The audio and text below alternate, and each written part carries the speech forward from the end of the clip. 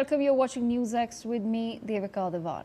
Viewers, I want you to take a moment and think about the sort of world that we're living in, where countries are signing trade deals and pacts, while the other half of the world is at war. This is the current global era, an era that is marked by an increasing sense of them versus us, an increasing sense of insecurity, where each country wants to do what's best for its people, and perhaps rightly so.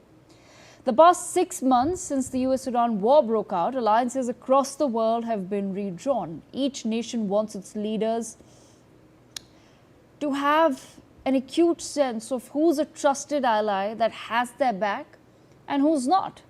It's a fractured world, as the academics like to call it. And this fractured world has, as the previous eras, given birth to its own types of leaders. Leadership today isn't about inspiring a generation or about uplifting all humankind or even about ending hostilities. Leadership today is increasingly about three kinds of people. The first are the warmonger businessmen. They start the wars on all sorts of pretexts and contexts, and then they find ways to profit from it. They bully their way into conflicts and turn the world upside down to prove a point. And what's worse, they want you to do as they say, as if the true test of a friendship, of an alliance, is blindly following orders. I needn't tell you who I'm referring to here. The second type of leaders today are the bystanders, those who just quietly watch from the sidelines while their nations go on and their economies keep running. They make the occasional speech to end hostilities. They do just enough to make the headlines, but not enough to actually stop the war. And then there are those who use their position, their friendships and good leverage, good offices to broker peace where it can actually matter. On that note, let's hear this statement. The way for India could play a big part is political. You've got Prime Minister Narendra Modi, who is a very well-known world statesman, who is very respected, and who India has a long-standing relationship with the Russian Federation, and before that with the Soviet Union, as a non-aligned nation. And President Putin actually pays attention to what Prime Minister Modi tells him. I said so some time ago, and caused a bit of a stir in India when I mentioned the role Prime Minister Modi played in stopping Putin using tactical nuclear weapons in Ukraine at the end of 2022. But it's true, Prime Minister Modi is one of the few people who actually can exert some pressure and influence on President Putin, and that is clearly something India could do to stop. That was the Polish Deputy Foreign Minister at the joint India-Poland Economic Commission's meeting in New Delhi. He was heard giving credit to India's Prime Minister Narendra Modi for using his good offices to discourage the use of tactical nuclear weapons by Russia in the Russia-Ukraine war as early as 2022.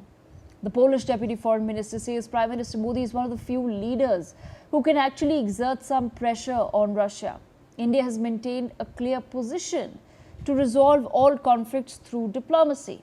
In September 2022, India's Prime Minister spoke to Russian President Putin on the sidelines of the Shanghai Cooperation Organization summit. And what did he say? He said today is not the era of war. Prime Minister Modi has continued to engage with Putin and Ukraine President Volodymyr Zelensky, even meeting the latter in Kyiv in 2024 and on the sidelines of multilateral summits ever since. New Delhi has continued buying discounted Russian crude despite sustained pressure from the US and European allies to curb energy trade with Moscow. India has argued that its purchases are driven by energy security and national interests. Meanwhile, Putin does not feel cornered or blackmailed. Just last month, he described India as a great country and defended New Delhi's independent foreign policy. There are many today, viewers, who argue that India has too much to deal with at home, so why bother getting into the world's problems? And that's partially true. We do have enough issues to solve at home, but we forget that in a world that continues to be so connected, the price of oil that you put in your car in New Delhi actually depends on the actions of America and Iran in the Middle East. So how do we solve for our issues at home if we choose to ignore what's happening in the world, and if we refuse to use our good offices to prevent catastrophes? This is not to say that India's actions are purely selfless, that we are some noble nation.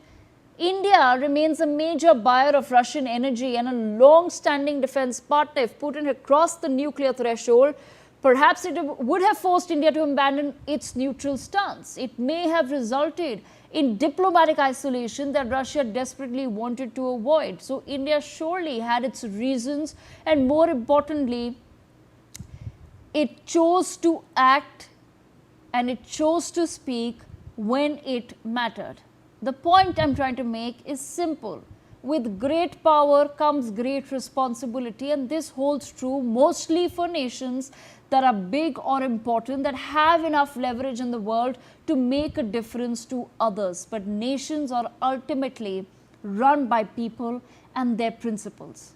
And the principles of today's leaders are clear before the world to assess. Who will judge history as what